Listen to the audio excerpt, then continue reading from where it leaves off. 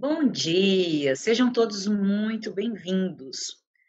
Como a gente combinou, hoje a gente vai continuar aquela conversa super interessante sobre comunicação não violenta com o Dr. Denis Moreira. Para quem não teve tempo de assistir, quem não conseguiu assistir na segunda passada, se organiza, entra aqui na plataforma e assiste no melhor horário que for para você, o melhor horário que você tiver para assistir. Aliás, não tem só a conversa da semana passada, tem gravado todos os eventos do PGFN Conecta até agora. Não perca essa oportunidade, gente. E sobre hoje, já sabem, pode mandar comentário, pergunta pelo QR Code, pelo chat, vamos participar. Para começar os nossos trabalhos, eu tenho o enorme prazer de chamar essa colega querida, a doutora Lorena Narciso, procuradora da Fazenda desde 2016, e que está lotada hoje no Nudal, em Santo André, São Paulo. Doutora Lorena, que alegria te receber aqui hoje. A palavra é com a senhora. Até mais.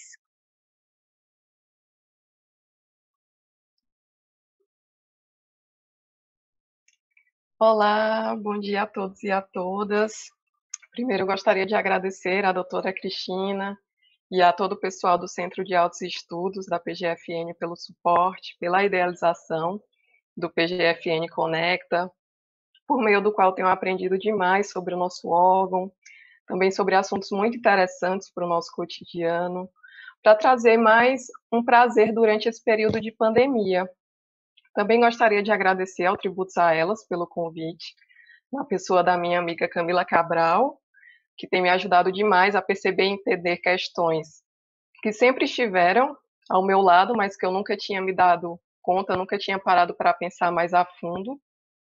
E também tem incentivado as mulheres a ocuparem todos os espaços.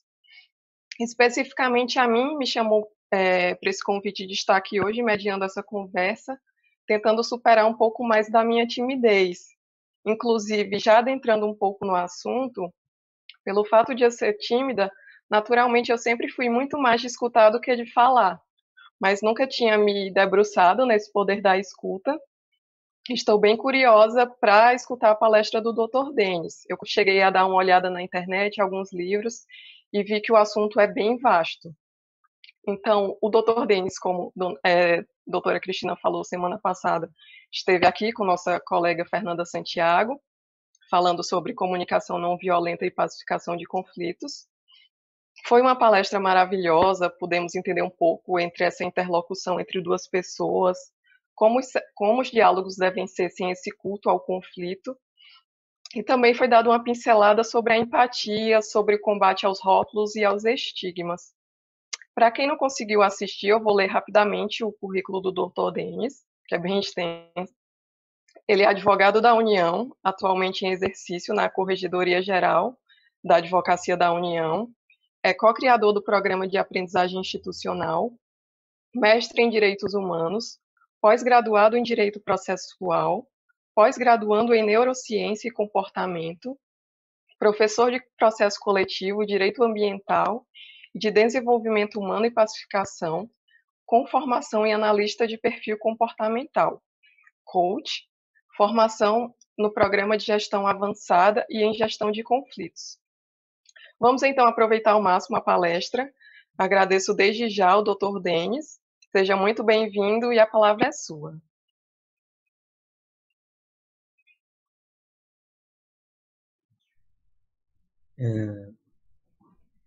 Primeiramente, bom dia, que a paz esteja com todos, com todas, que dizer que é uma honra, mais uma vez, participar desse evento, participar de um espaço que está sendo construído, né, com tanto carinho pela PGFN, pelo Tributos a Ela, por esse projeto maravilhoso.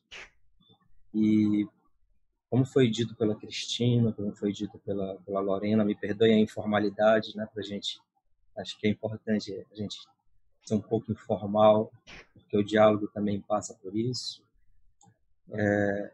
Hoje é uma continuação da nossa conversa da semana passada de CNV, né, embora a comunicação não violenta e a escuta empática centrada na pessoa, elas tenham pontos de interseção, elas são propostas que não se confundem, né? O Marshall Rosenberg que é o criador da CNV, da comunicação não violenta, ele foi aluno do Carl Rogers, que é a base de referência teórica da escuta empática centrada na pessoa.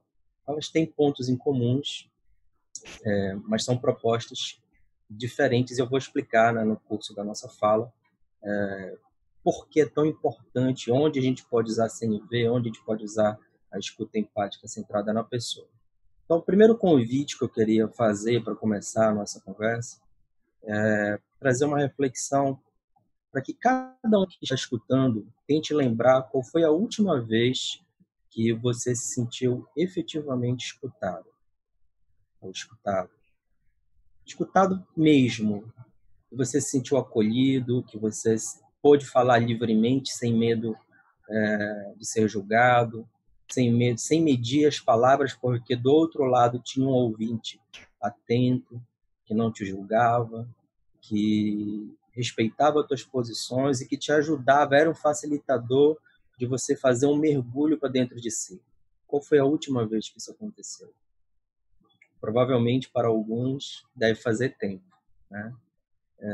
Isso nos remete a um pressuposto dessa nossa conversa, que também já foi dito na semana passada, que na base dos nossos conflitos e dos nossos maiores problemas que nós estamos enfrentando hoje na humanidade está um problema relacionado a um modelo de comunicação, a estrutura comunicacional que nós adotamos como um paradigma. E essa estrutura, parte dela, ela decorre de a gente falar muito, da gente ter sempre um conselho para dar, sempre estarmos voltados para persuadir o outro, para convencer o outro sobre as nossas razões, sobre a nossa visão de mundo. Então, esse é um modelo que é o tradicional, é o que nós aprendemos desde muito cedo na nossa família, na nossa escola. E nós vamos passando de formação em formação e sempre com esse modelo que é baseado na argumentação, na persuasão e muito pouco na escuta, né? E aí eu quero começar fazendo uma citação do querido Rubens Alves, que ele fala, vou ler aqui porque ela é lapidar, ela é muito perfeitinha para a gente mexer nela. Tá? Então vamos lá. Esse texto é um texto chamado Escutatória, e ele fala o seguinte: sempre vejo anunciados cursos de oratória. Nunca havia anunciado um curso de escutatória. Todo mundo quer aprender a falar. Ninguém quer aprender a ouvir. Pensei em oferecer um curso de escutatória, mas acho que ninguém vai se matricular. Escutar é complicado e sutil. Parafraseio o Alberto Caeiro. Não é bastante ter ouvidos para ouvir o que é dito. É preciso também que haja silêncio dentro da alma. Daí a dificuldade A gente não aguenta ouvir o que o outro diz, sem logo dar um palpite melhor, sem logo misturar o que ele diz com aquilo que a gente tem a dizer. Então, primeiro é parabenizar para todos que estão aqui, né, num curso de escutatória, contrariando aí a previsão do Rubens Alves, e dizer que realmente é difícil, né? As pessoas não treinam, não se dispõem muito a escutar. Mas vamos lá, vamos melhorar então a nossa escuta hoje. Primeiro eu quero dizer que tem muitos tipos de escuta, né? Vários tipos. A nossa escuta coloquial do nosso dia a dia, tem a escuta técnica, né? A exemplo do que nós usamos no direito, né? Que você tem um formato de oitiva, e é interessante, inclusive, que todo formato de oitiva dentro do direito, por exemplo, ela desvia dos sentimentos, né? O foco dela é o fato. E é muito curioso porque a palavra sentença, que é o que deveria ser o resultado final de um processo, ele vem etimologicamente, ele vem do sentire, ou seja, ele vem do sentir.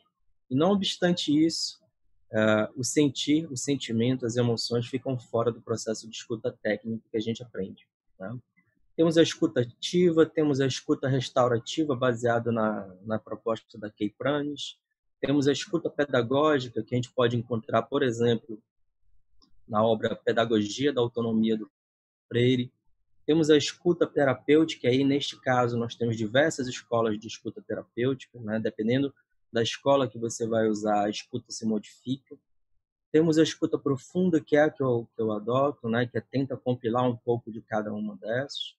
Temos a escuta empática centrada na pessoa, que é baseada no Carl Rogers, que é o que nós vamos conversar hoje.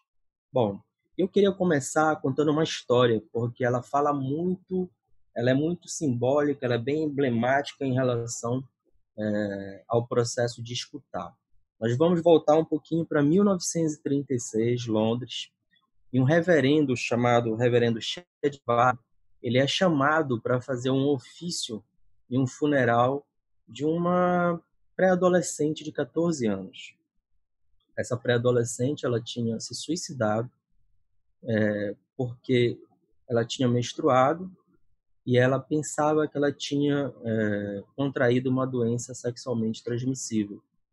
E no contexto familiar dela, no contexto cultural dela, havia uma série de tabus, ela não tinha essa possibilidade de conversar abertamente com seus pais, enfim, com seus familiares. E o medo, o desespero por conta da menstruação a levou ao suicídio. E o Che Guevara ficou extremamente angustiado com isso, porque ele pensou, meu Deus, se essa jovem tivesse tido a oportunidade de conversar com alguém que a ouvisse, ela não teria se matado. E aí, a partir daí, o Che Guevara volta. No dia seguinte, ele publica no Jornal de Londres, faz uma publicação dizendo que ele estaria disponível para conversar de uma forma séria sobre assuntos sérios com qualquer pessoa. E já no dia seguinte, uma pessoa atravessa o Canal da Mancha, quer dizer, faz uma viagem longa e bate à sua porta para desabafar. E a partir daí, a vida dele mudou totalmente, porque foi uma migração de pessoas em busca de serem ouvidas, pessoas angustiadas, pessoas solitárias, pessoas depressivas, pessoas com os mais diversos conflitos. E a partir dessa experiência, ele começa a agregar outras pessoas com a disposição de escutar, e ele forma um grupo chamado Samaritanos, ainda existente hoje, e que é a base que serviu como modelo, ele esteve inclusive no Brasil, e serviu como modelo para o nosso Centro de Valorização da Vida, o CVV. Eu tive a alegria, a grata bênção de ter sido voluntário do CVV durante 3 anos. Todos nós temos algumas experiências nas nossas vidas, e são experiências de desvio, né, que fazem verdadeiros desvios de rota na nossa vida. E o CVV foi um desses desvios de rota que eu tive. Foi uma experiência absolutamente transformadora, porque eu entrei no CVV com um olhar para o ser humano cheio de estereótipos, de julgamentos, cheio de reducionismos, né? Sempre usando rótulos, achando que eu entendia um pouco do que era ser humano. E a partir do momento que eu entrava no plantão e começava a ouvir, ou melhor, a escutar, né, quem estava do outro lado, a minha percepção de mundo se mudou totalmente. Então, quero começar aqui já fazendo uma diferenciação importante. A diferença do ouvido para a escuta. Ouvir é a expressão biológica de um sentido, que é a audição. Escutar não, escutar é muito mais. Você escuta com a alma, né? Eu diria que escutar ele está relacionado com a nossa própria dimensão espiritual no seu sentido mais lato. Então, o CVV se propõe a isso, ele adota como referência a escuta não diretiva, né, que é a escuta do Carl Rogers, que nós vamos explicar um pouquinho. Mas antes disso, é sempre bom a gente contextualizar por que é tão importante a gente falar de escuta.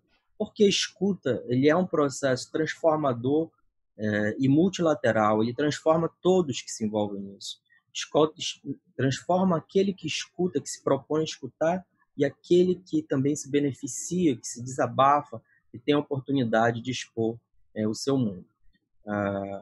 Aqui nós temos uma pesquisa do início desse ano, da Folha de São Paulo, mostrando que para 78% das pessoas, o trabalho ou a falta dele são responsáveis por sofrimento e doença. E aí, isso se expressa numa tabela múltipla, que você vai desde o estresse, dor nas costas, desânimo, insônia e por aí vai, chegando a picos, né, como o burnout, a síndrome do pânico. E isso daí, essa tabelinha, eu sempre digo, quando a gente olha para os gráficos, para as estatísticas, entender que atrás delas existem histórias, e essas histórias muitas vezes estão relacionadas conosco, são nossos colegas de trabalho, são os colegas que estão dividindo sala conosco, são aqueles que estão sob a nossa tutela, se a gente tem algum tipo de liderança, ou às vezes o próprio chefe nosso que está passando por um momento delicado, ele se expressa através de raiva, de impaciência, ou os colegas que estão de licença, e a gente tem muita dificuldade, às vezes, de ter empatia com quem está de licença, né? Porque isso muitas vezes afeta o nosso próprio ritmo de trabalho. Mas muitas vezes o não cuidar, não criar uma cultura de cuidado, seja dentro da nossa família, das nossas relações pessoais, seja dentro do nosso ambiente de trabalho, ele acaba se expressando através de situações absolutamente dramáticas. Então, nós temos, por exemplo, no Brasil, um índice de suicídio altíssimo, e dentro da própria AGU nós já tivemos casos, infelizmente, de suicídios, e que as pessoas não sabem como lidar com isso. Então, só para a gente entender como é grave esse fenômeno, por exemplo, na polícia, o número de mortes de policiais que se suicidam já é maior do que as mortes em operações. Isso nos indica um quadro geral de falta de acolhimento, de falta de cuidado, de falta de uma estrutura de diálogo, de ambientes que sejam acolhedores para a gente poder dialogar. E é importante a gente entender, porque há um mito, né, de que para que as coisas funcionem você precisa manter uma certa distância. E essa certa distância geralmente se reflete em você não querer se aproximar, não querer escutar muito o outro. Isso é uma bobagem. Eu fui chefe algumas vezes, já tive essa oportunidade, e nunca deixei de escutar ninguém, nunca deixei de fazer o que tinha que ser feito sem perder meu lado humano, né? Sem tentar me conectar com aquela outra pessoa que está na equipe. Então, a gente muitas vezes se manifesta essa cultura de evitabilidade da escuta através de algumas falas que a gente nem se percebe. Dá alguns exemplos aqui. A gente, em rodas, a gente começa a falar: aquele ali é tóxico, aquele ali é problemática, fulano é muito sensível, é estranho. Ou em falas que demonstram uma certa intolerância, uma certa agressividade. Né? Eu falo na cara mesmo, estou me lixando para o que o outro pensa. Ou quando alguém vem desabafar conosco, a gente, às vezes, beira a crueldade, né?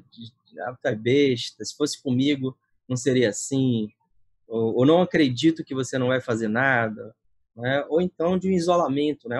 Já tem problema demais, então cada um com seus problemas. Então, essas falas que muitas vezes a gente reproduz inconscientemente, não porque a gente seja mal, não porque a gente seja, enfim, um cretino, uma cretina, não é isso.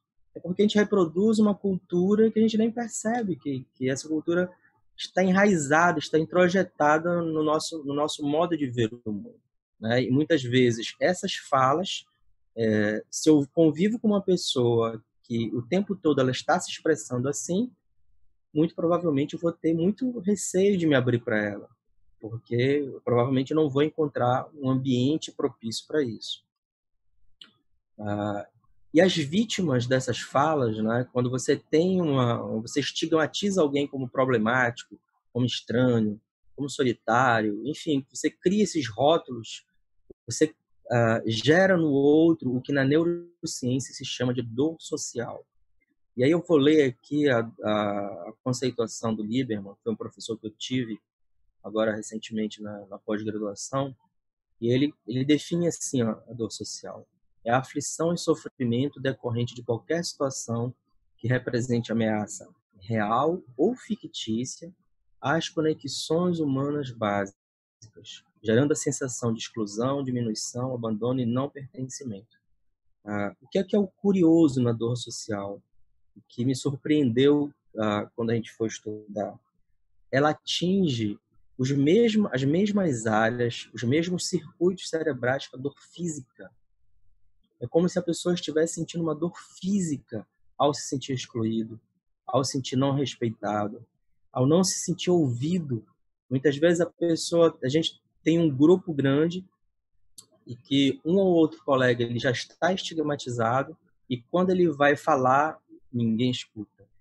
E ele percebe isso. Muitas vezes ele não vai falar, reclamar disso, mas ele percebe que ninguém leva muito ele a sério. Seguramente esse colega está passando pelo processo social, né?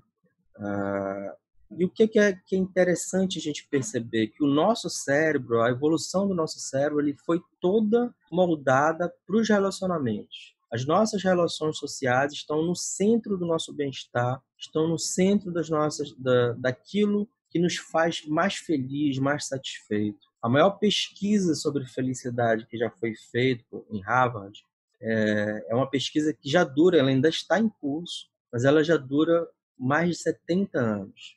E o que eles descobriram? Eles tentavam descobrir quais eram os fatores mais importantes para definir felicidade. E o que eles descobriram acompanhando desde o mesmo grupo de milhares de pessoas, desde a infância, esse grupo já envelheceu, alguns pesquisadores já desencarnaram, já foram substituídos e a pesquisa continua. O que essa pesquisa sobre felicidade nos indica? Não é a riqueza, não é a beleza, não é a inteligência, não é a fama. Esses fatores não são os mais determinantes para definir o nosso índice de felicidade e satisfação com a vida. O fator que é determinante para isso são as relações sociais. Então, as pessoas que desenvolvem boas relações sociais, saudáveis, são as pessoas que têm um índice de felicidade maior, adoecem menos, têm um sistema imunológico funcionando muito melhor, que são pessoas que também produzem melhor, que geralmente têm uma história de sucesso muito mais consolidada. Portanto, todo o processo que envolve a exclusão, o abandono, a desconsideração, que você gera, de alguma forma, um processo de não pertencimento ao outro, ele afeta diretamente a qualidade de vida dele. E o mais interessante, como eu falei, o nosso cérebro ele evoluiu para as relações sociais. Então, por exemplo, se você manda um e-mail, entre o e-mail e você fazer alguma outra coisa, o intervalo de segundos entre você fazer a outra coisa, o seu cérebro vai pensar em alguma coisa relacionada às relações sociais. Por quê? Porque nós temos uma estrutura cerebral voltada para estabelecer relações sociais. Então, isso muitas vezes se reflete quando nós não temos essas habilidades, sobretudo a disputa, ou, como a gente falou na nossa reunião passada, né, um modelo de comunicação que é violento, ele se reflete em relações sempre tensas. Então, aqui a gente está vendo um gráfico que mostra, por exemplo, quando você se sente excluído, você tem aqui a primeira tabela, né? 89 é o QI, mas quando você passa por um processo de dor social, esse QI ele cai para 60. No outro, você tem um teste que foi aplicado nos Estados Unidos, testes equivalentes ao vestibular, e quando a pessoa está bem, ela não está passando por um processo, o desempenho dela é em torno de 80%. Quando ela está passando por um processo de exclusão, de dor social, o desempenho despenca para 39%. Então, é só para a gente entender como isso é importante, não só para a gente, não só para as nossas relações, mas para as nossas organizações, porque isso afeta diretamente o desempenho, a capacidade cognitiva e a capacidade criativa dos colaboradores. E por trás disso está algo que é muito óbvio, mas mesmo assim a gente não fala sobre isso, ou tem vergonha de falar. Todos nós, em algum momento, a gente já presenciou Ou talvez até tenha feito isso, de você vai falar alguma coisa, você começa a se emocionar, e o que acontece? Você pede desculpa porque você está emocionado. É surreal isso, né? É como se nós tivéssemos vergonha do que é a nossa essência. A gente se emociona e diz, desculpa, desculpa. Como assim pedir desculpa? É como se chorar fosse uma vergonha, um constrangimento. E, no entanto, nós temos uma estrutura emocional que ela é universal, né? O Paul Ekman, que é o grande pesquisador, é o pioneiro, é o cara que é citado por todos os pesquisadores das ciências comportamentais. Ele conseguiu fazer um inventário das 5 emoções básicas do ser humano, né? A raiva, o medo, o desgosto, a tristeza e a satisfação. Inclusive tem nesse filminho aí, muito bacana, que é o Divertidamente. Quem ainda não teve oportunidade de assistir, que assista, né? Que ele trabalha muito bacana os personagens. E então todos nós, se você está na Indonésia, no Paquistão, ou aqui no Brasil, não interessa, onde quer que você esteja, você tem essas emoções básicas. E por trás das emoções básicas, você tem as emoções que são derivadas, né? Que são as emoções de segunda categoria, que são múltiplas. E mesmo assim, como eu falei na nossa primeira reunião, o nosso repertório para falar sobre as emoções é extremamente pobre. Nós temos muita dificuldade de nomear, inclusive é uma das abordagens que o Marshall Rosenberg fala, que é a gente criar repertório para falarmos das nossas emoções. Porque se você não consegue identificar qual é a emoção que você tem um problema efetivamente. Então, na medida em que a gente se propõe no movimento de autoconhecimento, de identificar quais são as emoções, quais são os gatilhos, quais são as emoções primárias, as secundárias, isso faz um bem absolutamente profundo. E aí eu quero começar a falar, né, já que a nossa fala é sobre escuta empática, falar sobre empatia. Se você jogar a palavra empatia nas buscas do Google, do YouTube, enfim, em qualquer rede social, vai aparecer um monte de gente falando sobre empatia, o que é muito bom, né? É sinal que o tema está em pauta, e às vezes as pessoas até se desestimulam porque um tema começa a ser falado muito e fica um pouco desgastado, começam a surgir os clichês, né? E aí você fica cansado, tudo empatia agora, tudo empatia. Bom, eu quero dizer o seguinte, que a empatia é a cola, é a base para tudo. Todas aquelas escutas que eu falei, desde a escuta coloquial, passando pela restaurativa, pela pedagógica, pela profunda, pela CNV, é a base de todo tipo de escuta, de toda estrutura de comunicação que é generosa, que é humana, que é inclusiva. Então, nós vamos fazer aqui, daqui a pouquinho, uma diferenciação que eu não vejo ninguém fazer e que gera muita confusão e que eu acho que vai ser um ponto importante para o nosso debate hoje. Então, o primeiro ponto é entender que tem 2 tipos de empatia: a empatia afetiva e a empatia cognitiva.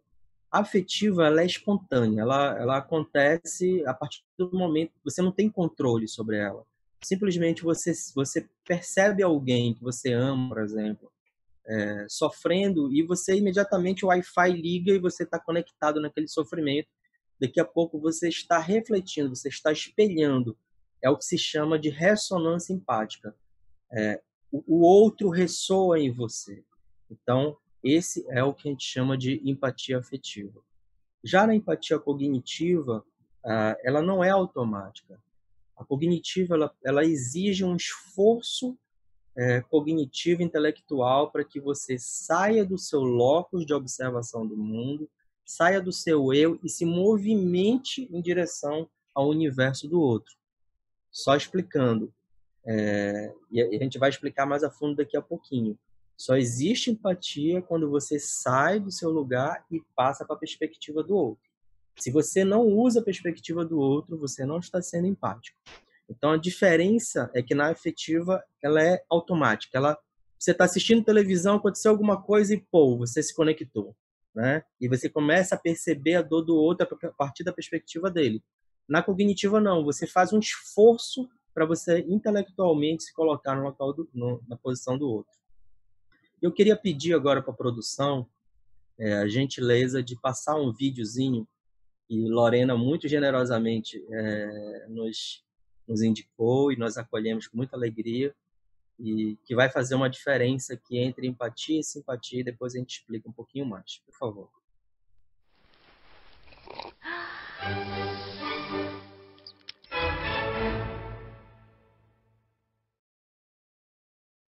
So what is empathy, and why is it very different than sympathy? Empathy fuels connection. Sympathy drives disconnection.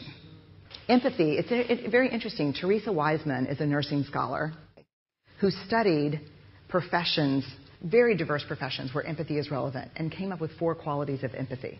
Perspective taking, the ability to take the perspective of another person or recognize their perspective as their truth. Staying out of judgment, not easy when you enjoy it as much as most of us do. Recognizing emotion in other people and then communicating that. Empathy is feeling with people. And to me, I always think of empathy as this kind of sacred space when someone's kind of in a deep hole and they shout out from the bottom and they say, I'm stuck, it's dark, I'm overwhelmed. And then we look and we say, hey, climb down. I know what it's like down here, and you're not alone. Sympathy is, ooh, it's bad, no. You want a sandwich?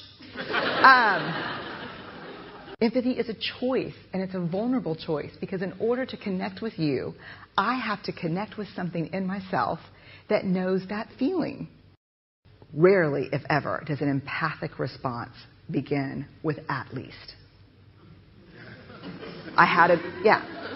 And we do it all the time. Because you know what? Someone just shared something with us that's incredibly painful, and we're trying to silver lining it. I don't think that's a verb, but I'm using it as one. We're trying to put the silver lining around it. So, I had a miscarriage. Oh, at least you know you can get pregnant. I think my marriage is falling apart. At least you have a marriage. John's getting kicked out of school. At least Sarah is an A student. But one of the things we do sometimes in the face of very difficult conversations is we try to make things better. If I share something with you that's very difficult, I'd rather you say, I don't even know what to say right now, I'm just so glad you told me. Because the truth is, rarely can a response make something better. What makes something better is connection.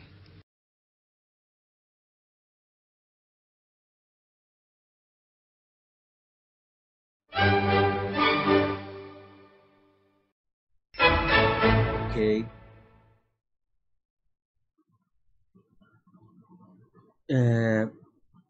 Primeiro, agradecer a Lorena a generosidade de indicar o vídeo, né? É um vídeo muito bacana que ele trabalha alguns aspectos importantes dentro de uma relação empática. O primeiro deles, você vai perceber que tem um bichinho que fica lá na escada e ele nunca ele se nivela com o outro, ele sempre está acima do outro. Enquanto o ursinho está lá abraçando a raposa, está nivelando. Um dos pressupostos da empatia é esse nivelamento. Se você não nivela, se você olha para o outro a partir de uma perspectiva de cima, você dificilmente consegue a empatia. Ele tem um pequeno... eu tenho uma pequena objeção teórica, apenas no início do vídeo, quando ele fala que a simpatia não gera conexão. Bom, isso pode ser verdade ou não. Às vezes a simpatia realmente ela gera uma desconexão, mas nem sempre. Você, por exemplo, você pode ter uma pessoa que você simpatiza, um amigo teu, e que isso não seja um impedimento para você se conectar. Então, esse aqui eu queria trabalhar esse slide um pouquinho de calma, e ele é talvez um dos mais importantes de toda a apresentação. Então, eu vou falar com um pouquinho de calma, porque eu não vejo ninguém falar sobre isso, e ele estrutura a diferença de uma série de conceitos que a gente maneja e transita entre eles e muitas vezes a gente não percebe. Então, o primeiro ponto é a insensibilidade, é você estar indiferente ao sofrimento do outro, ao universo do outro. Né? Então, há uma frase que fala que o oposto do amor não é o ódio, né? É a indiferença. Pronto, é isso daqui. Então, a indiferença é o ponto de distanciamento. Eu não quero saber, cada um com o seu problema, né? Então, cada um no seu quadrado, ele para lá e eu para cá. Essa é a insensibilidade, né? E boa parte dos nossos problemas hoje no mundo, eles partem porque nós estamos aqui, né? Presos, olhando para o outro, sempre dentro dos processos de rotulação, de estereótipos. Então, esse é o primeiro ponto, a insensibilidade. O segundo ponto é a simpatia. O que é a simpatia? A simpatia é eu me importar com o outro, é o outro dentro de mim. Eu me importo. Olha o processo de importação. É o outro dentro de mim. O outro, de alguma forma, ele me sensibiliza, ele me representa. Há uma compatibilidade de valores, de crenças. Então, eu simpatizo com ele. Legal, isso é bom, né? A simpatia, ela é um processo importante, ela é a base das nossas amizades, né? Mas ela também tem os seus perigos. E o vídeo, eu acho que ele quis passar isso, né? Sobre os perigos da simpatia, que a gente vai falar já já. O outro ponto é a sensibilidade. E nós temos dois tipos de sensibilidade. A sensibilidade autocentrada e a sensibilidade empática. A sensibilidade autocentrada é quando acontece algo com o outro e eu me sensibilizo com aquela dor do outro. Vamos lá para um exemplo prático nosso. Um colega da nossa equipe está recebendo uma carga brutal de processos e ele está adoecendo, ele chega na tua sala e começa a comentar que ele não aguenta mais, que ele está desesperado, que ele já não dorme bem e por aí vai. Nesse processo, na medida que ele fala isso, você até se sensibiliza com o que ele está falando, mas você escuta ele a partir da mesma posição que aquele bichinho estava lá em cima. Você olha para o problema dele a partir da tua perspectiva de mundo. Então você começa o principal sinal que isso está acontecendo é quando você está julgando ele. Então ele está falando isso e você está pensando: ah, mas esse cara é muito desorganizado. Se ele se organizasse mais, olha, se ele usasse os meus métodos de trabalho, se ele usasse as técnicas que eu uso, se ele acordasse mais cedo, enfim. Então você olha, você sensibiliza, mas você percebe o problema dele, você percebe o outro a partir da tua perspectiva. Isso não é empatia. Isso é uma sensibilidade autocentrada, que já é bom, porque é melhor do que a indiferença. De repente, você pode até num diálogo ajudar, dar umas dicas, compartilhar alguma técnica. Não é ruim, necessariamente, mas isso não é empatia. A empatia, ela pressupõe que você saia do seu locus de observação do mundo e movimente-se para o locus de observação do outro. É olhar o mundo a partir da perspectiva do outro e não da tua. Isso que é empatia. E quando isso acontece, é que ela gera uma sensibilidade empática, que é o quê? Você empatiza, essa empatia, há uma ressonância dentro de você e você se sensibiliza. Quando você se sensibiliza, você tem dois caminhos, e aí que está o perigo, e que muita gente, a maioria das pessoas não fala nisso. Você tem um caminho que vai para a pena, para a fadiga empática, para a insensibilidade, ou para um senso de justiça que pode ser bom ou não. Ou você tem o caminho da compaixão. A compaixão é a expressão mais valorosa dessa sensibilidade empática, da empatia. Quando você empatizou, está sensível, mais de cima para baixo, isso se chama de pena. E essa é a diferença de pena para compaixão. A pena sempre pressupõe que o outro não tem condições de lidar com aquilo. Sempre pressupõe um julgamento não nivelado, porque alguém é superior ao outro que está falando. Então você sente pena dele, porque você não reconhece nele as habilidades, os atributos, os valores, as virtudes que seriam necessárias para que ele pudesse enfrentar aquela situação. E aí você sente pena. Isso pode evoluir para o que se chama de fadiga empática. Essa fadiga empática é muito comum no meio de saúde, né? Os cuidadores, as pessoas que lidam com idosos, com pessoas doentes, que têm um longo percurso de uma doença, muitas vezes elas, de tanto sintonizar com aquela doença, acontece uma fadiga empática. Então, muitas vezes, os profissionais de saúde, eles criam meio que um bloqueio empático para se autoproteger, porque a fadiga empática ela pode evoluir para um burnout, por exemplo. Você ter uma exaustão emocional de tanto você se envolver com o sofrimento do outro. Então, ela pode ser protetiva, o que não é ruim, necessariamente. Você pode estar num ambiente, a gente vai falar lá no finalzinho sobre o autocuidado, mas também ela pode, essa fadiga empática, ela pode te lançar lá para o primeiro, com um processo de indiferença e de insensibilidade. Então, você, de tanto tentar se proteger, você começa a se tornar indiferente, aí você já não sente nada. E a gente já deve ter passado por alguma experiência de falar com um profissional e o profissional mostrar totalmente insensível, indiferente aos nossos problemas. E o outro problema é quando você se torna um justiceiro. O senso de justiça, toda vez que você empatiza com o outro, você empatiza, mas você não deixa de ter também o teu centro ético, né?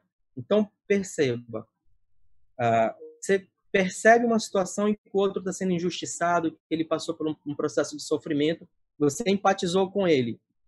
Isso pode gerar em você a vontade de você criar um movimento, uma ONG, mudar um determinado procedimento na sua instituição, mudar uma dinâmica de trabalho, bacana.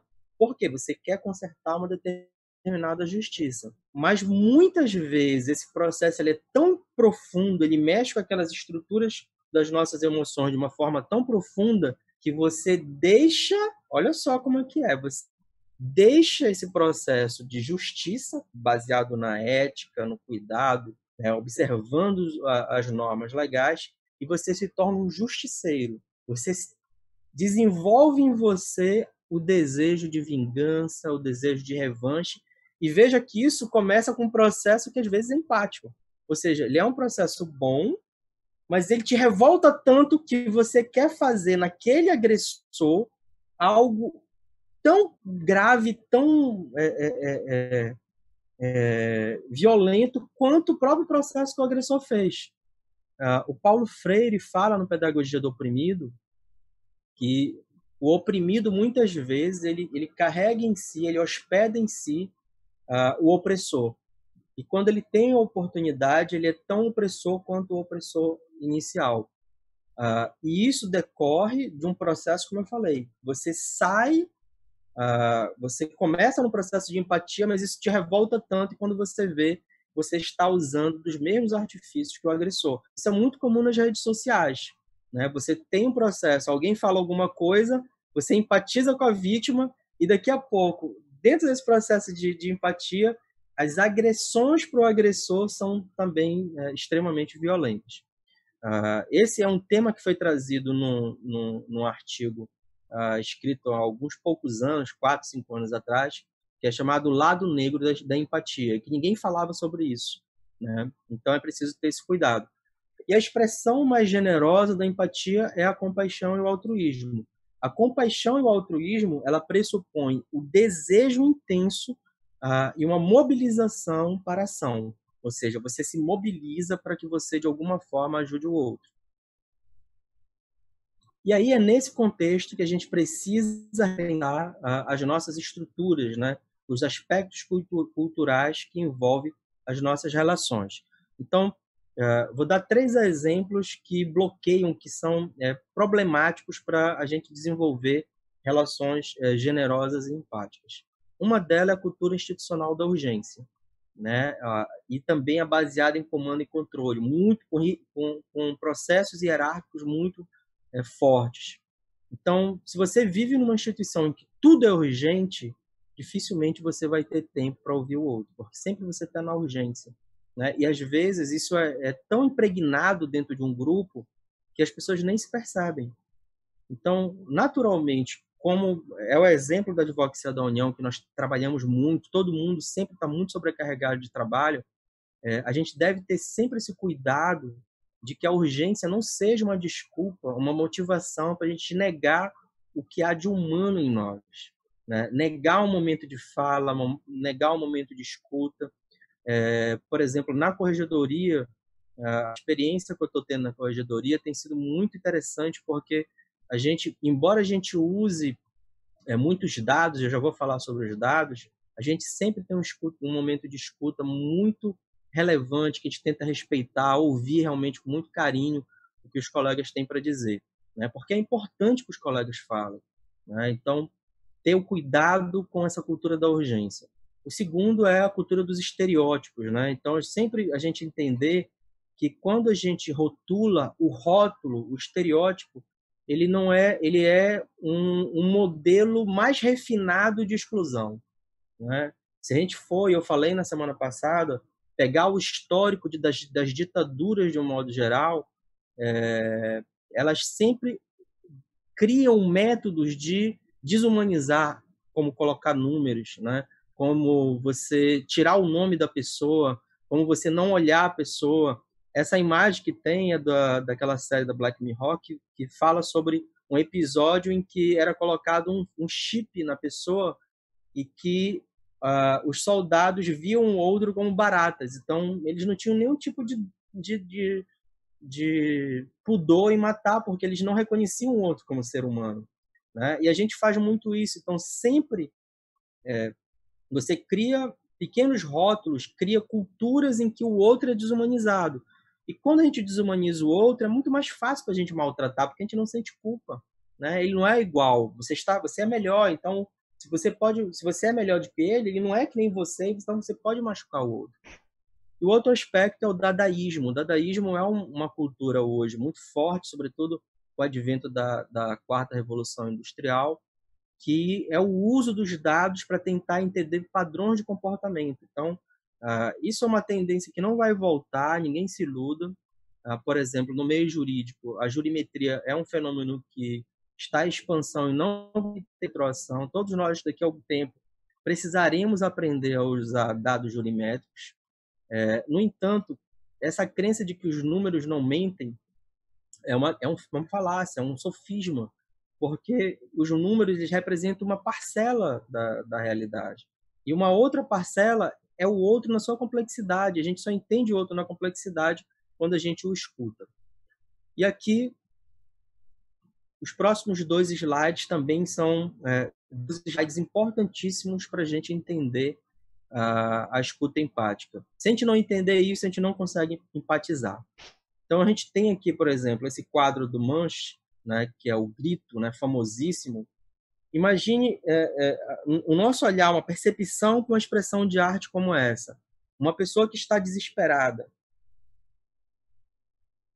que está sofrendo no seu grau mais profundo.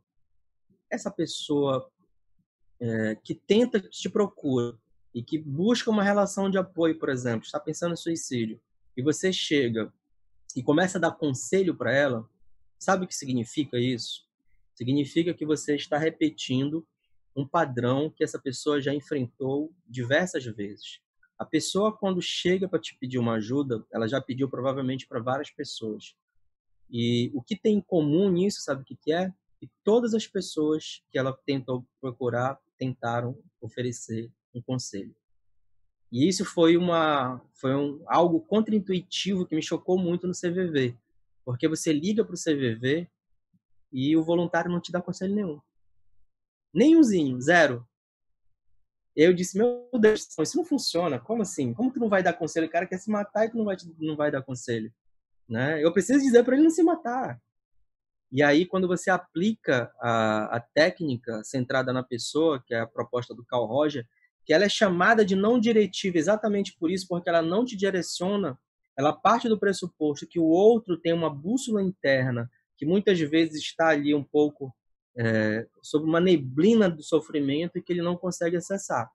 Então, para ele acessar, a gente precisa criar um ambiente para que ele se escute. Então, o que são essas ações que bloqueiam a empatia? É exatamente aquilo que a gente reforça essa neblina, né? É que a gente trava uma conexão, que a gente trava a possibilidade de uma escuta empática. Então, por exemplo, a distração, né? Você está mexendo no celular, a indisponibilidade. A indisponibilidade pode representar, por exemplo, a pressa, né? A pessoa está falando e a pessoa está com pressa o tempo todo, né? Ou a indiferença, como frases, por exemplo, acho isso uma besteira.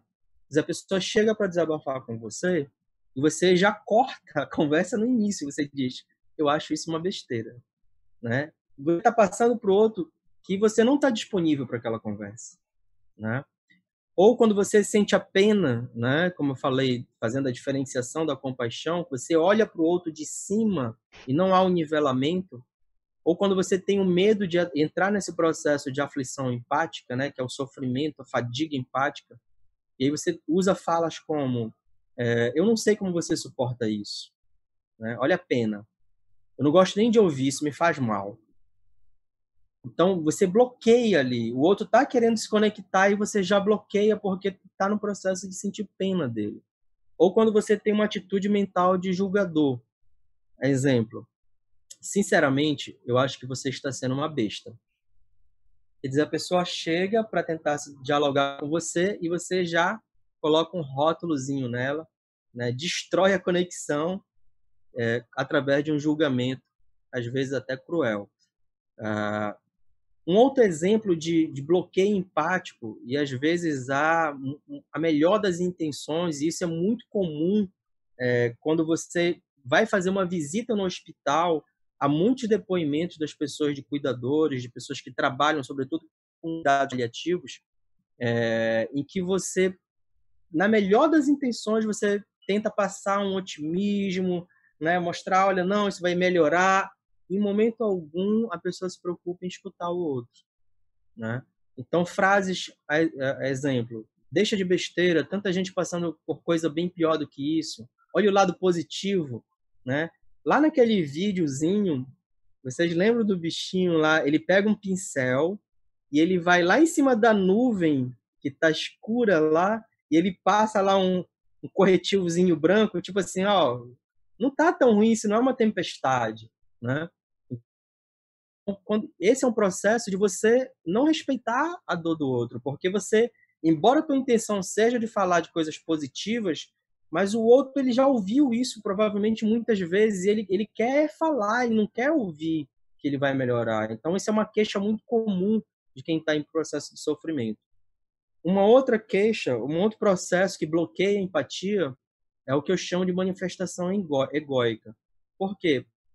A pessoa começa a te falar alguma coisa, você para, interrompe, e aí você começa a contar a tua história. Você começa a dar exemplo da tua vida. Olha, eu passei também por isso, tá? E aí você começa a colocar a tua experiência. E aí, sem que você perceba, você simplesmente ignora a experiência do outro. Você ignora o mundo do outro. Você ignora a perspectiva do outro. Por quê? É um processo de colonização da experiência do outro. Por quê? A partir da tua experiência, você quer colonizar a experiência do outro, como se a tua fosse válida. A gente sabe que nos processos de ciência, a indução ela é o processo menos confiável, ou seja, quando você parte do individual para o genérico, ele é menos confiável. E não obstante isso, a gente sempre usa a nossa experiência como referência de mundo. Então, sempre ter cuidado nessa manifestação egóica. E, por fim, né, o bloqueio cultural. Um dos exemplos que, aliás, eu escutei, quero dizer que escutei a exposição que está aqui na plataforma, que é da autocrítica, autocompaixão, se não me falha a memória, com a Lana e com a Herta e com mais uma convidada que me falhou o nome. Muito boa, recomendo que vocês escutem. Nessa exposição, elas falam de muitas formas que os homens têm, por exemplo, de interromper as mulheres, né? Ou de querer esclarecer como se os homens soubessem alguma coisa que as mulheres não sabem. Isso é um processo cultural, de machismo, né? E que você interrompe a fala do outro, você não consegue escutar o que a outra está dizendo porque você pressupõe que você, da sua condição de macho, você sabe mais do que ela, né? O que você pode explicar melhor, que você tem um direito de fala maior do que ela. Então, todas essas são expressões de bloqueio empático. Se a gente não trabalha isso, a gente não cria uma relação empática, tá? Então, esse é um pressuposto. E aí eu quero já ir para a última parte da minha fala, que é explicar o método, a técnica, né? E eu começo fazendo uma confissão, né, para vocês. Eu quero confessar que eu amo esse velhinho. Sou apaixonado por ele. O Carl Rogers eu devo muito, porque foi um cara que me influencia muito até hoje. ele mudou a minha vida de ver o ser humano, né? A minha vida de perceber a complexidade que é o ser humano. Então, é uma das minhas grandes referências, é um cara que realmente sempre o cito muito e recomendo que as pessoas tentem conhecer um pouco da obra dele, que não é, ele é tão influente que ele não tem uma influência apenas na psicologia humanista, mas também, inclusive, na pedagogia. E aí, onde usar essa escuta empática centrada na pessoa, né? Eu falei que ela se diferenciava um pouquinho da CNV. A CNV é um modelo estruturado que ajuda muito nos conflitos entre as pessoas. Então, você tem duas pessoas que não estão conseguindo estabelecer uma relação de diálogo. A CNV tem uma estrutura de diálogo muito bacana, muito eficaz. Mas, às vezes, a pessoa não vem por conta de uma situação de conflito. Ela vem porque ela está numa panela de pressão, ela precisa colocar para fora uma tensão gigantesca que ela está vivendo. Então, aí que entra a escuta empática centrada na pessoa, que ela é muito útil para você ouvir um desabafo, para você ouvir pessoas em depressão, pessoas em crises de ansiedade, de medo, de raiva. É um antídoto fantástico quem está com raiva, para a pessoa que está desorientada, né? A pessoa chega muitas vezes, um dia desse aconteceu um processo que a AGU passou, acho que todos os poderes passaram, o executivo passou sobretudo, com a dispensa de muitos colaboradores, né, terceirizados. E nós tínhamos um colaborador na AGU que ele já estava há muito tempo conosco, um senhor que estava há muito tempo, ele tinha perdido a esposa recentemente, ele estava por um processo de câncer, enfrentando um processo de câncer e foi despedido pela empresa. E ele veio na minha sala, né? E ele estava muito desorientado. E eu comecei a aplicar a técnica com ele, né? De escutá-lo, né? Ele desabafando. Ele sempre foi um cara muito durão, né? Muito sério, muito assim fechado. E eu muito. E foi interessante porque no meio da escuta entrou uma pessoa da onde eu estava, interrompeu e não conseguiu perceber o que estava acontecendo. E começou a falar comigo e interrompeu, eu aqui absolutamente conectado com ele, a pessoa na porta falando, e eu daqui a pouquinho, e ele não percebia que a pessoa estava... Então, a escuta empática ela é fantástica para ajudar as pessoas que estão em crise. Para as pessoas que pensam em suicídio, o CVV tem um trabalho absolutamente fantástico, recomendo muito que todos conheçam, e também para situações de conflito. Ela é essencial para você colocar, nivelar as pessoas, para que as pessoas consigam falar a mesma língua. Quais são as duas influências que tem na obra do Carl Rogers? A gente tem o existencialismo. Em que sentido ela influencia? Ela influencia a partir da perspectiva que a experiência ela precede a teoria. A experiência do outro é muito importante. E a outra é a fenomenologia, que é entender o outro versus subjetivo. O que isso quer dizer na prática? Que eu nunca vou conseguir entender totalmente o universo do outro, porque ele é subjetivo. Então, respeitar essa complexidade quando a gente está no processo de escuta. E essa complexidade, na medida em que você se propõe a aceitar ele, por todas as divergências que você tem, é um processo que integra, que resgata o que ele tem de melhor. E aí, para entender esse processo de resgate, de como isso é importante, o Carl Rogers ele fala que nós temos duas tendências. A formativa, que não nos interessa muito para esse momento, e tem o que ele chama de tendência atualizante ou realizadora. O que ele diz? Ele diz que todo ser humano ele tem uma tendência de crescimento, de querer se movimentar, de crescer em direção à realização plena dos seus potenciais. Todo ser humano. Mas muitas vezes esse potencial ele está travado, está bloqueado pelo processo de sofrimento. Então, se você olha, por exemplo, um artista como Van Gogh, esse processo, essa pintura que ele tem, né, desse senhor num processo de sofrimento, o Van Gogh ele conseguiu, por ser um artista, por ter uma alma de artista, expressar a dor dele através de obra de arte. mas nem todos conseguem fazer isso. Às vezes, a dor do outro ela se expressa através da raiva, através da hostilidade, da agressividade, através de preconceitos. E ele expressa no mundo a sombra que ele tem. Mas, por outro lado, a gente tem a expressão do que é belo também.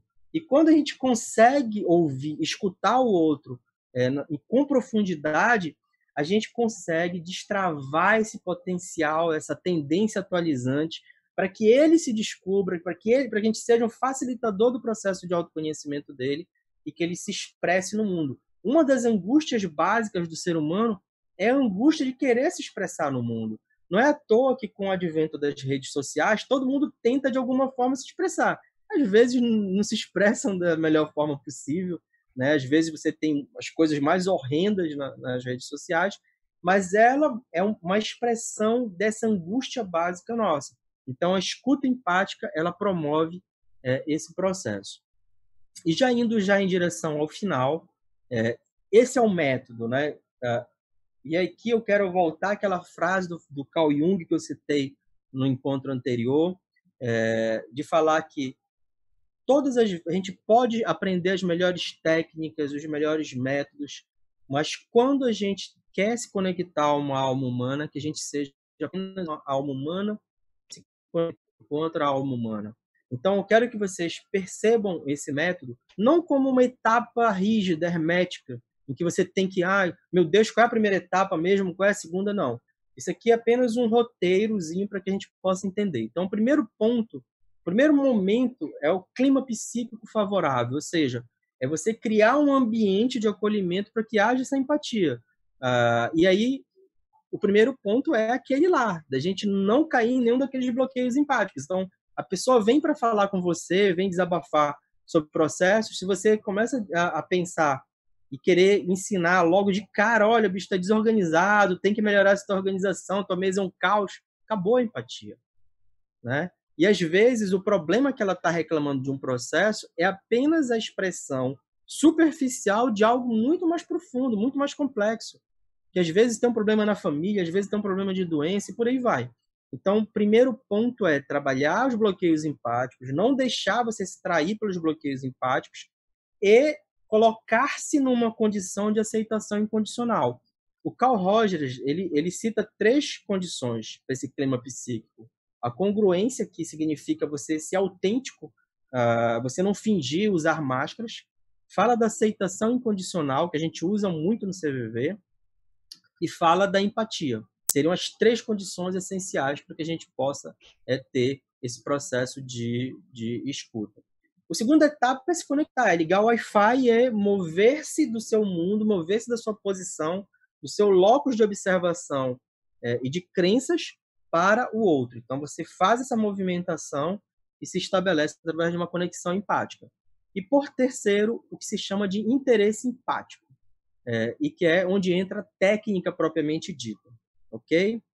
Aqui a gente tem aqui essa chargezinha da morte, eu adoro, né? Ninguém quer falar ninguém quer escutar a morte, né? Ninguém é empático com a bichinha. Bom, e aqui nós temos interesse empático. Então, como é que você conduz? Isso aqui é a técnica, tá, gente? Tem várias formas de você aprender. Eu separei algumas técnicas de você usar no interesse empático. Voltando a repetir, a técnica ela não é para você ficar tentando decorar, tentar seguir um modelo rígido. A técnica ela é apenas para facilitar o fluxo da tua conversa, tá bom? Então, ninguém fica muito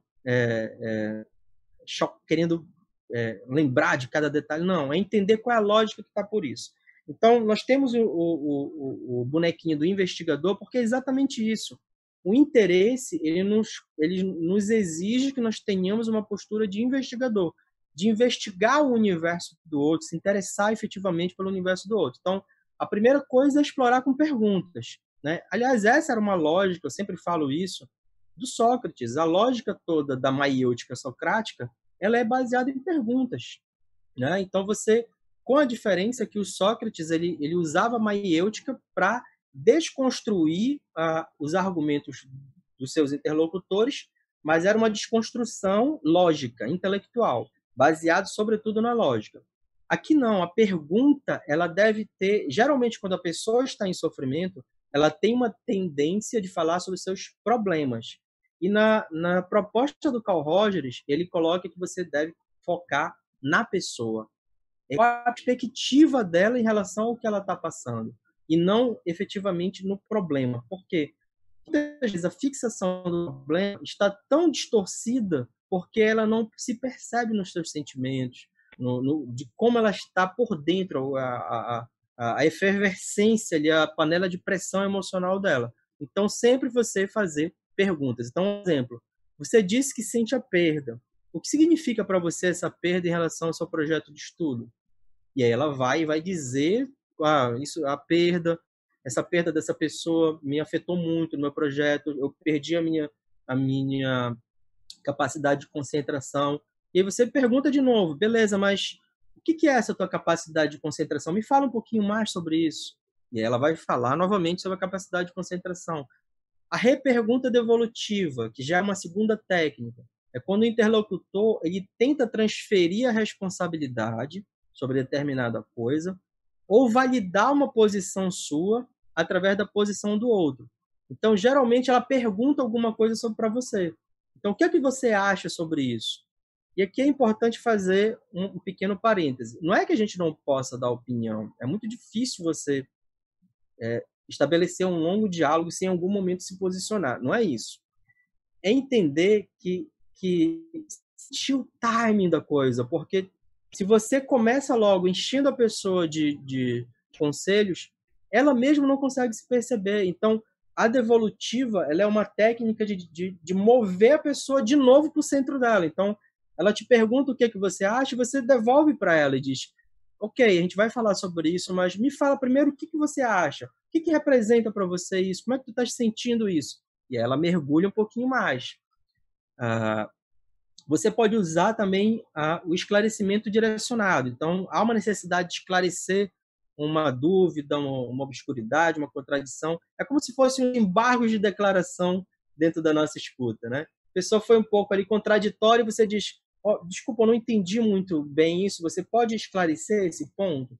Porque você falou ainda um pouquinho sobre isso, mas não ficou muito claro. E aí a pessoa, muitas vezes, num processo de sofrimento que ela está cheia de ambivalência, de sentimentos que são contraditórios, de posições que são contraditórias. E quando você faz esse esclarecimento direcionado, ela percebe. Ela realmente isso não está batendo, né? E muitas vezes isso está inconsciente, ela não consegue perceber. E mais duas técnicas é a validação da percepção ou palpite empático.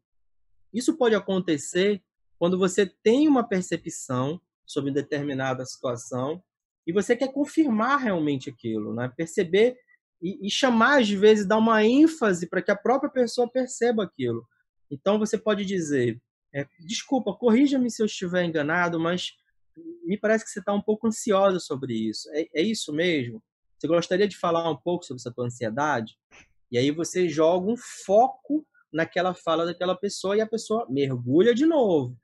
Percebam que todo esse processo é um processo em que você pode a pessoa estabelecer um determinado foco e ela mergulha, né? Mas muitas vezes você tem uma pessoa que ela tem uma dificuldade imensa de ter foco, então ela começa a devagar muito. E aí você usa de novo uma outra técnica, que é você redirecionar o foco. Então a pessoa começa a desviar para o problema, para alguma coisa que não aparenta ter tanta relevância, e você usa a técnica de redirecionar o foco. Então, ok, não, eu entendi isso aí, mas você pode me explicar um pouco mais aquela tua necessidade, aquele teu interesse, aquele teu sentimento? E volta para o foco. O que é interessante isso? É que vocês entendam qual é o movimento, né? Então, você é um facilitador de movimentações. É o movimento da pessoa para dentro.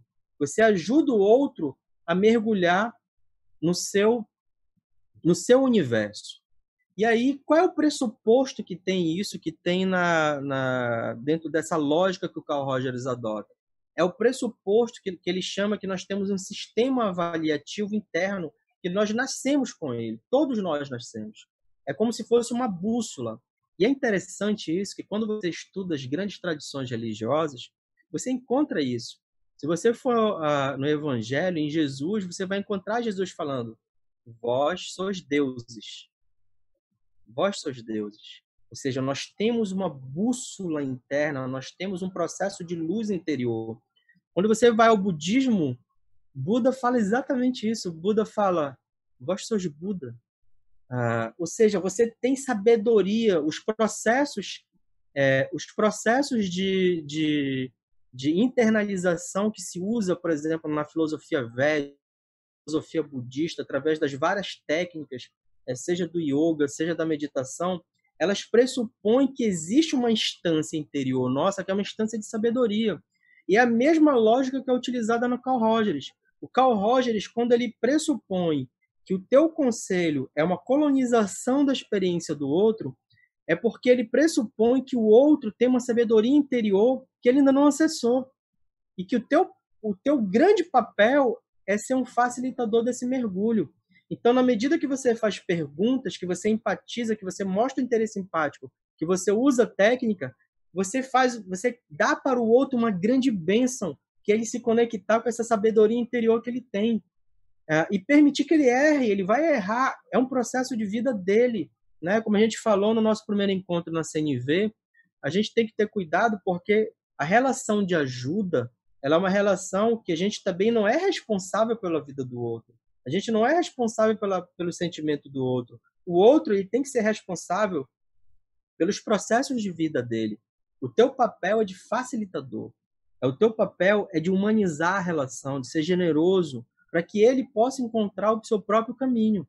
Então, nessa lógica, Carl Rogers é entender que o outro que está confuso, o outro que está passando por um processo de dissociação, que está passando por um processo de dor, muitas vezes ele está internamente com um conflito, e dentro da teoria da personalidade do Carl Rogers, que é uma das mais famosas dentro da psicologia humanista, né? Ele tem uma teoria de personalidade muito bem estruturada. Ele fala que a nossa personalidade ela é estruturada em 3 eus. O eu real, o eu percebido e o eu ideal. O eu real a gente nasce com ele, né? É a nossa essência. O eu percebido ele é formado a partir da relação com o outro, nossas relações sociais. Então, ele é criado a partir da percepção que o outro tem de mim. Como o outro me trata, como o outro me considera, como o outro me percebe. Esse é o eu percebido. E você tem o eu ideal, que é aquilo que eu gostaria de ser. O que o Carl Rogers fala é que, muitas vezes, esses 3 processos vivem em crise, vivem em conflito. Então, um processo terapêutico é você tentar fazer com que o teu eu real se conecte com o teu eu percebido. E aí você diminui a tua tensão de problemas, a tua tensão de conflito interno. E, por fim, meu último slide para a gente encerrar, dizer que nesse processo de escuta empática, ele também não é um processo apenas para fora, ele é um processo também de escuta nossa, interna. E que você tem algumas técnicas, né, que você pode adotar.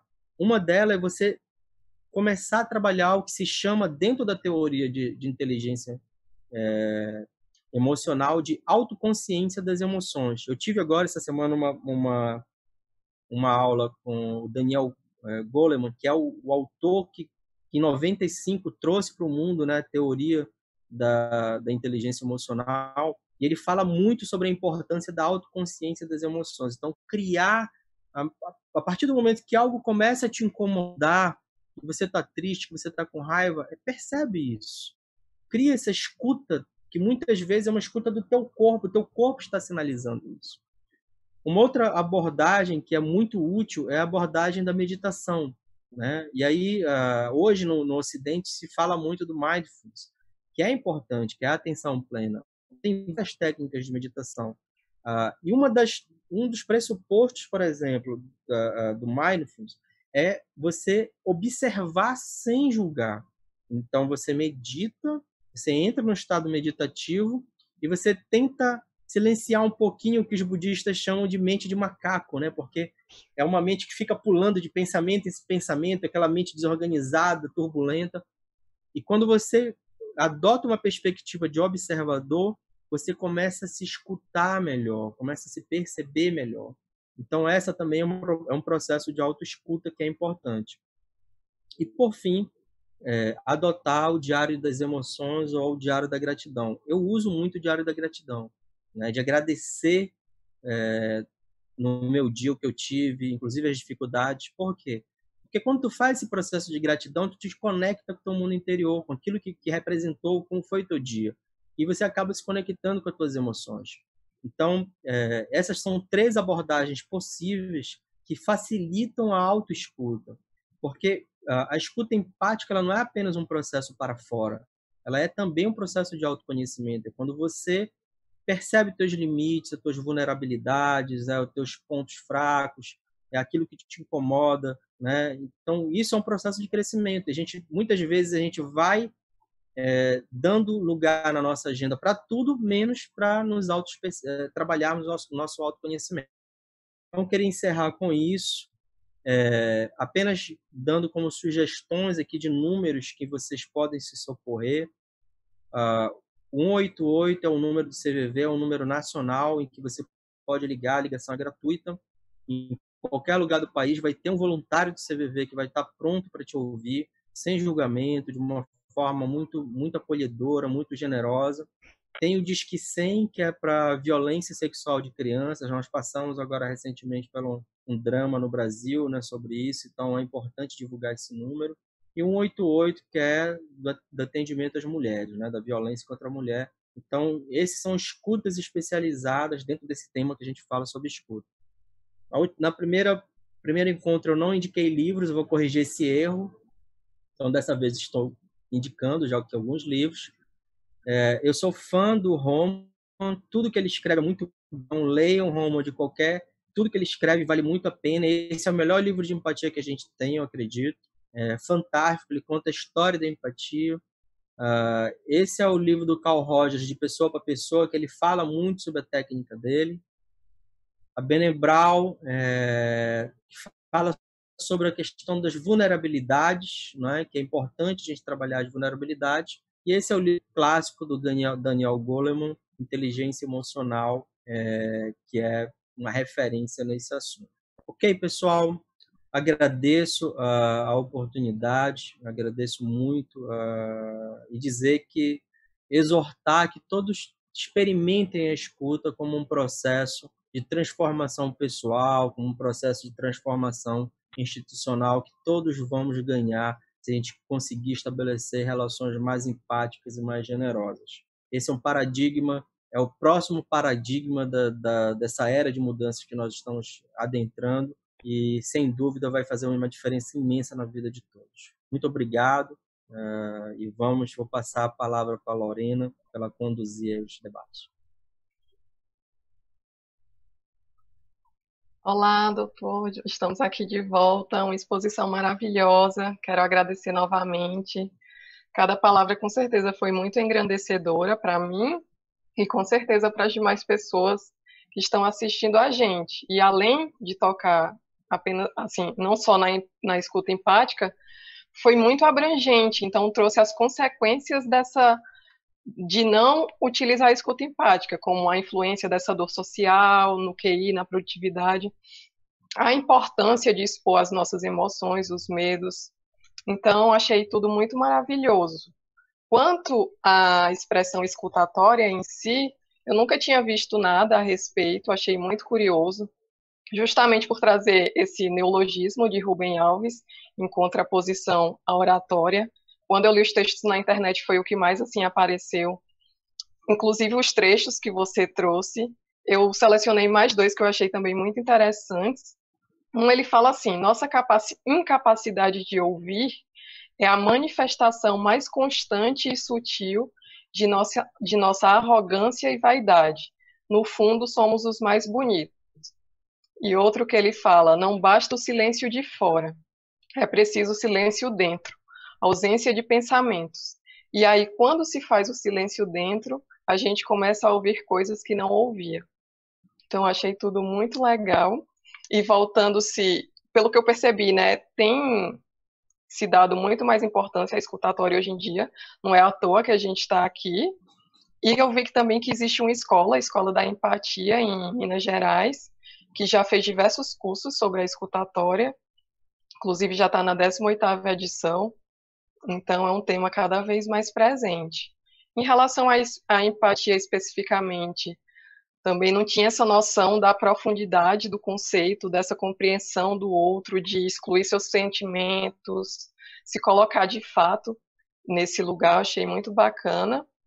E agora eu vou ler um pouco das perguntas do pessoal. A gente tem a pergunta do Hudson Afonso Andrade Nascimento. Ele fala assim: quando falamos em sofrimento por falta de trabalho, percebemos um peso imenso de uma construção social onde ser produtivo e útil é ser um subempregado que sustenta uma pequena parcela de privilegiados e que nunca se esforça o suficiente para sair de onde não lhe é permitido sair. Qual o lugar da empatia numa sociedade estruturalmente injusta? Pergunta de prova, hein, Hudson? Muito legal a tua fala. Hoje eu não tive oportunidade de falar sobre isso, mas no encontro anterior que nós falamos sobre CNV, eu falei dos tipos de violência, né? A violência cultural, a estrutural e a direta, né? E na estrutural, ao contrário do que acontece na violência direta, em que você consegue identificar o algoz e a vítima, na estrutural, raramente você consegue perceber claramente quem é o violador, quem é o algoz. Então, o exemplo que eu dei é de você, quando você passa e identifica, por exemplo, uma fila de desempregados, ali estão as vítimas, mas você não consegue ter clareza de quem são as pessoas que estão violando aquelas vítimas, né? Então, esse é um cenário complexo, né? Mas eu sempre procuro desconstruir a lógica do conflito. Não que o conflito vá sair da sociedade, isso é impossível, absolutamente impossível, porque nós somos seres complexos que temos necessidades que são universais, como nós vimos no nosso encontro anterior, mas os nossos interesses, eles não são universais, eles são muito específicos, eles são pessoais. Então, sempre nós vamos ter conflito. Já o confronto é uma outra história. O confronto é o desejo de destruir o outro, é o desejo de afligir sofrimento no outro, é o desejo de tirar o outro do lugar de fala e por aí vai. Então, você construir uma sociedade mais justa que enfrente essas violências estruturais, ela passa por você entender o conflito como uma oportunidade, sim, de transformação, e é possível você empatizar em muitos dos casos. Existem algumas situações em que a empatia ela não é recomendada, a exemplo do que acontece quando você lida com manipuladores, com sociopatas, com psicopatas. Mas é importante a gente entender que, cientificamente, esse é um percentual absolutamente insignificante da sociedade. Estima-se que em torno de 1 a 2% se enquadram nisso daí.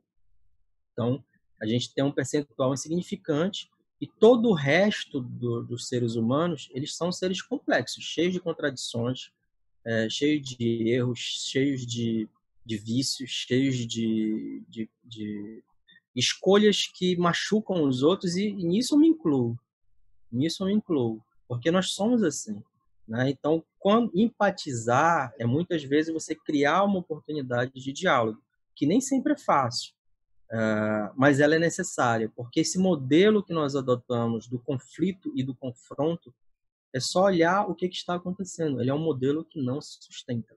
Ele não é impossível, é absolutamente impossível esse modelo atual de comunicação viabilizar uma transformação social profunda. Então é preciso encontrar uma nova lógica de comunicação sem desconsiderar essas violência estrutural, como eu coloco muito bem.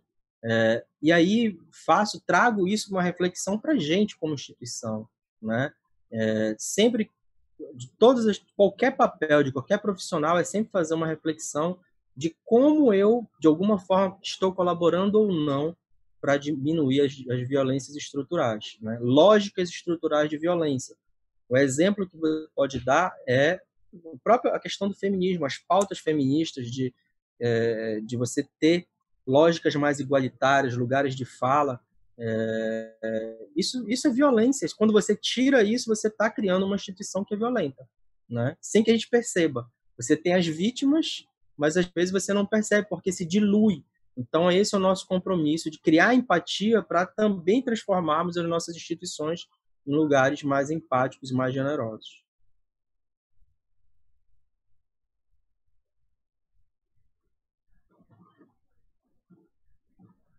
Eu não estou conseguindo ouvir, Lorena.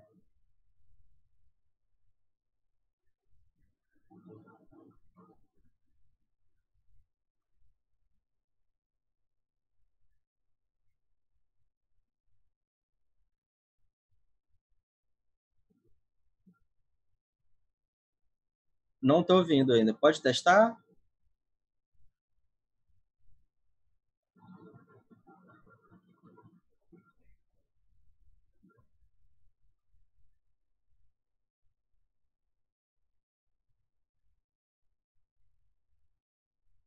Não estou ouvindo.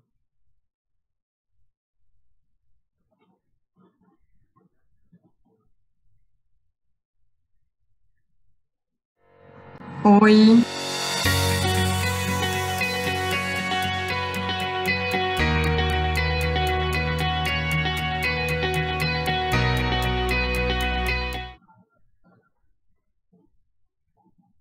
Desculpa, aí foi o meu fone de ouvido que deu problema. Então, continuando, a nossa colega Camila Cavalcante perguntou como posso estimular outros colegas da minha unidade a exercer a escuta empática. Acho que o primeiro, Camila, obrigado pela tua pergunta, assim como a do Uds também. Acho que o primeiro ponto é se praticar. Dar o exemplo, né? Que a fala convence, mas o exemplo arrasta. À medida que a gente se torna mais generoso, cria ambientes colaborativos mais baseados na empatia, isso naturalmente vai gerar espaço para essas discussões, espaços para que as pessoas se interessem. E aí é um processo cultural, né? E todo processo cultural ele é lento, né? Mas é onde acontecem as principais mudanças. Então, os processos, quando a gente fala em mudança nas instituições, eu sempre falo muito nisso. É muito fácil, por exemplo, eu sentar e redigir uma ordem de serviço, uma instrução normativa, isso é relativamente fácil, né? Difícil é você mudar a cultura, né? E como eu sempre digo, a cultura, os processos de mudança cultural, eles são muito sutis. Ele passa desde o momento que você desce do seu carro, se você vai dar bom dia pro rapaz do elevador, se você é generoso com o seu colega, se você troca arquivos, se você responde as mensagens, e por aí vai. Então, é um processo cultural de você criar um ambiente disso. Ano passado... Alô? Olá. Oi. Estamos escutando. Tá ouvindo? Desculpa, que caiu aqui rapidinho. Ano passado eu fui fazer um treinamento da corregedoria e um dos dias do treinamento era sobre escuta empática, né? E treinamento ele é bacana porque eu coloco o pessoal para praticar, não é teoria, né? Então eu monto os grupos, e aí formo os trios e coloco duas pessoas para conversar e uma pessoa observando. E aí a gente cria lá toda uma situação e aí dá 3 minutos. É muito engraçado. É muito engraçado porque uma coisa é teoria, outra coisa é prática, né? Então, acaba que no final das práticas, né, monitoradas, as pessoas estão assim esfuziantes porque percebem todas as lógicas que elas estão impregnadas, a dificuldade de aplicar a técnica, e por outro lado estão extremamente motivados a tentar aprender. Então é prática, eu diria que é prática, né? A gente começar devagarinho, pode começar em casa com os nossos filhos, com as nossas esposas, com os nossos maridos, enfim, nos ambientes de prática. Eu diria que esse é o principal vetor de transformação. Maravilha. Ninguém mandou mais nenhuma pergunta, mas aí eu reelaborei algumas aqui, baseando-se um pouco no poder da escuta no livro. E há inicialmente um assunto que é de interesse ao Tributos a Elas, que trata bastante da igualdade de gênero. Pode-se dizer que as mulheres são naturalmente mais empáticas do que os homens? Excelente pergunta. Excelente pergunta.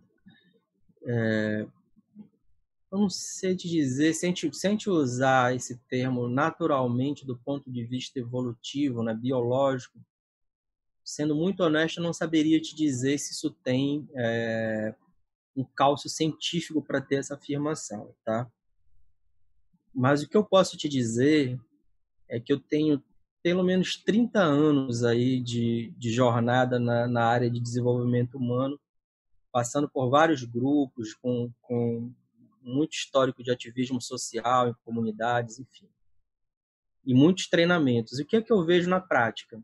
Eu vejo na prática que quando você vai para um treinamento, quando você vai para um ativismo social, a maioria das pessoas são mulheres.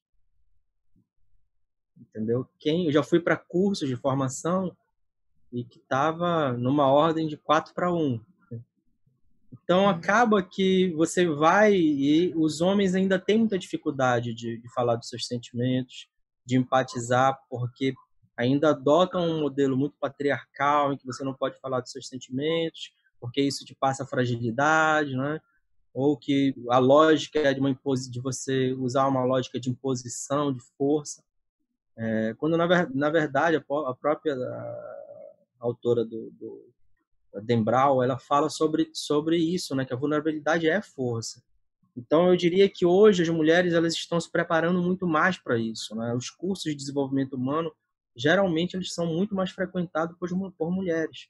E acaba que elas aprendem muito mais. Então, do ponto de vista evolutivo, em termos de organismo, eu não saberia te dizer com certeza, sendo honesto. Mas, do ponto de vista cultural, eu não tenho nenhuma dúvida disso. Pelo contrário, eu acho que é muito bom que as mulheres ocupem cargos de lideranças, porque seguramente a gente vai ter, uma das reflexões que nós vamos ter provavelmente seja isso, seja instituições mais empáticas. Aliás, você consegue imaginar as mães querendo mandar seus filhos para a guerra? Provavelmente não, né? Homens mandam, mas mulheres não. Então, a lógica é uma lógica de amor, de generosidade. Isso não quer dizer que não tenham mulheres que não sejam empáticas. Tem, porque somos seres humanos. Mas eu acredito muito que essa transformação cultural ela deve ser uma transformação para melhor nesse sentido. Com certeza. Eu recebi agora uma pergunta de Herta. Como podemos fazer essa escuta empática com os advogados privados com os quais litigamos? Se há como ouvi-los melhor nas peças? Se há escuta empática para peças, contestações, recursos? Excelente. Esse é um campo de estudo que eu tenho tentado me debruçar um pouquinho, né? Ainda não tenho uma resposta fácil para isso, mas eu diria que um método que já usa essa escuta empática, embora com uma abordagem um pouco diferente, é o método da Escola de Harvard de negociação. Ele pressupõe empatia, ele pressupõe que você se conecte com os interesses. Eles usam muito a expressão interesse, né? A negociação por princípios com foco nos interesses. E a gente viu que tem uma diferença entre necessidade e interesse.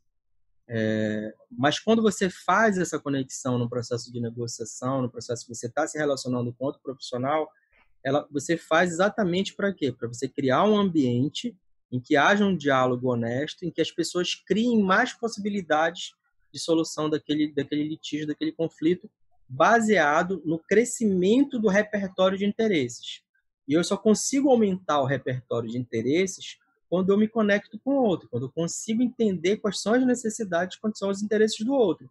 Então, se eu entro numa mesa de negociação, se eu entro numa audiência, já fechado com as minhas alternativas, eu não vou conseguir entender quais são as necessidades e interesses do outro. Então, a lógica que é utilizada pela Escola de Harvard de negociação é o quê? Você empatiza, tenta explorar, tira o foco da pessoa, no sentido, pessoa de que não é algo pessoal, né? Não é algo contra você, e você tenta entender o problema, mas não só o problema, é o que está abaixo, a camada de interesses. Na medida que você começa a entender quais são os interesses, qual é o esforço que você vai ser como negociador? É ampliar o leque de interesses. Tentar conduzir essa negociação, essa fala, para aqueles interesses que são mais comuns, em que o resultado final dessa negociação seja um processo de ganha-ganha, e não de ganha e perde, né? Como era na negociação clássica, eu negocio para que eu tenha leve vantagem e você fique com o pior. Não. A lógica é criar lógicas de empatia para você se conectar ao interesse do outro e, a partir daí, criar ofertas de interesse para que o resultado final seja maior. Então, eu diria que, no âmbito jurídico, esse é um passo. Nas petições, eu acho que o primeiro passo nosso de criar conexão, de evitar, ou pelo menos evitar um bloqueio empático, é a gente ter muito cuidado com as adjetivações, né?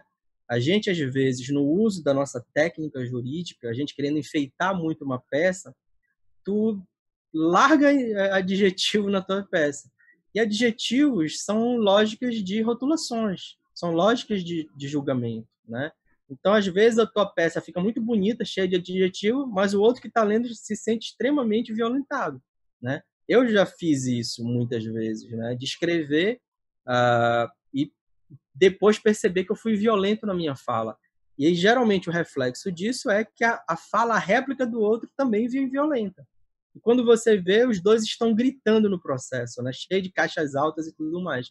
Então, acho que um primeiro passo é ter cuidado com esses processos de adjetivação. Acho que já é um passo importante. Maravilha.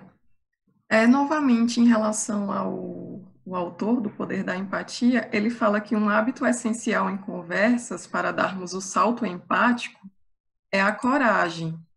Precisamos de coragem para experimentar novas aberturas, pôr os interesses das outras pessoas à frente dos nossos, tirar nossas máscaras, se dispor a ouvir com sensibilidade.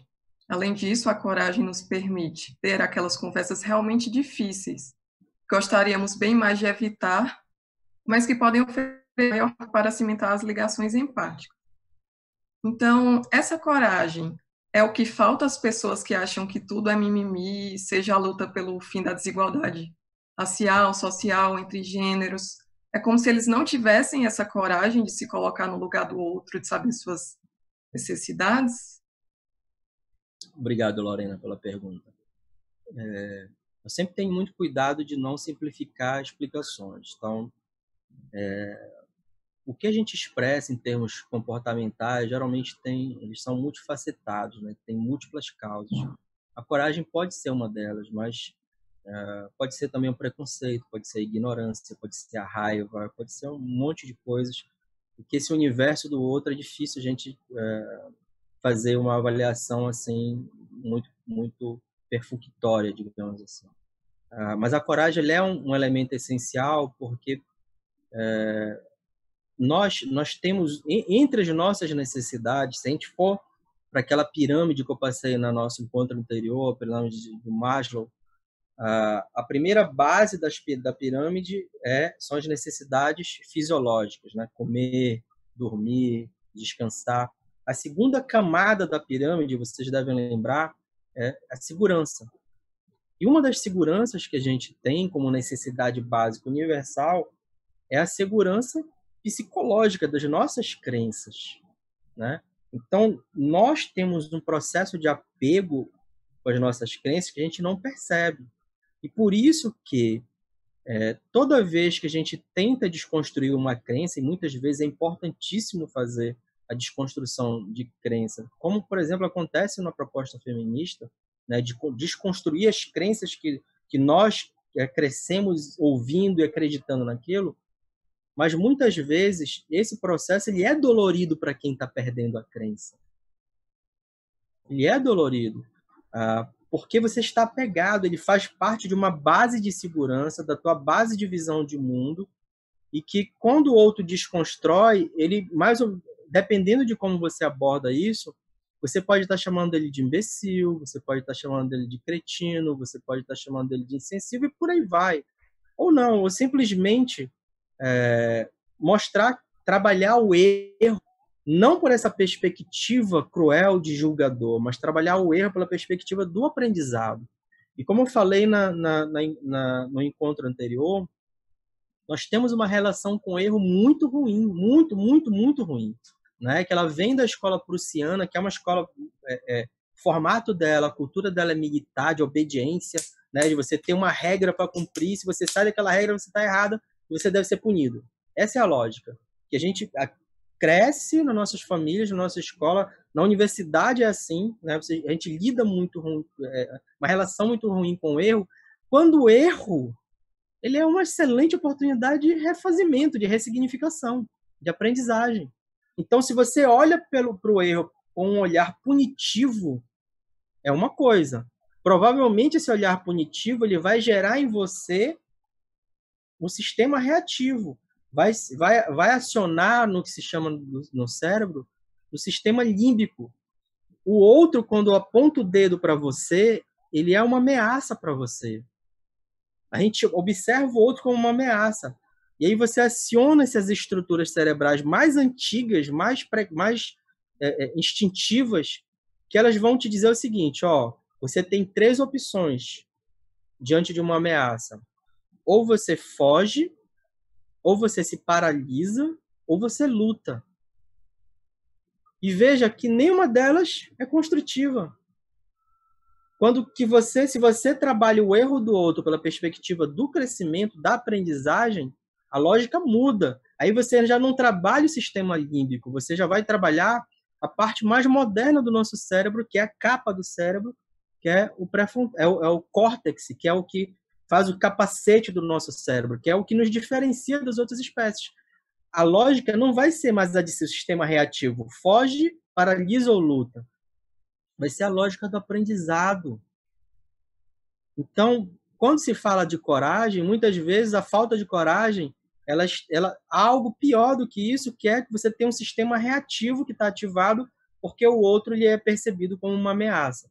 Então, para além da coragem, a gente tem que estabelecer, por isso que a importância de comunicações estruturadas na empatia, porque você não vai trabalhar com o sistema reativo, o sistema límbico, e sim com o sistema do córtex, que é um sistema que modula as emoções, que é um sistema que é pautado no aprendizado e por aí vai.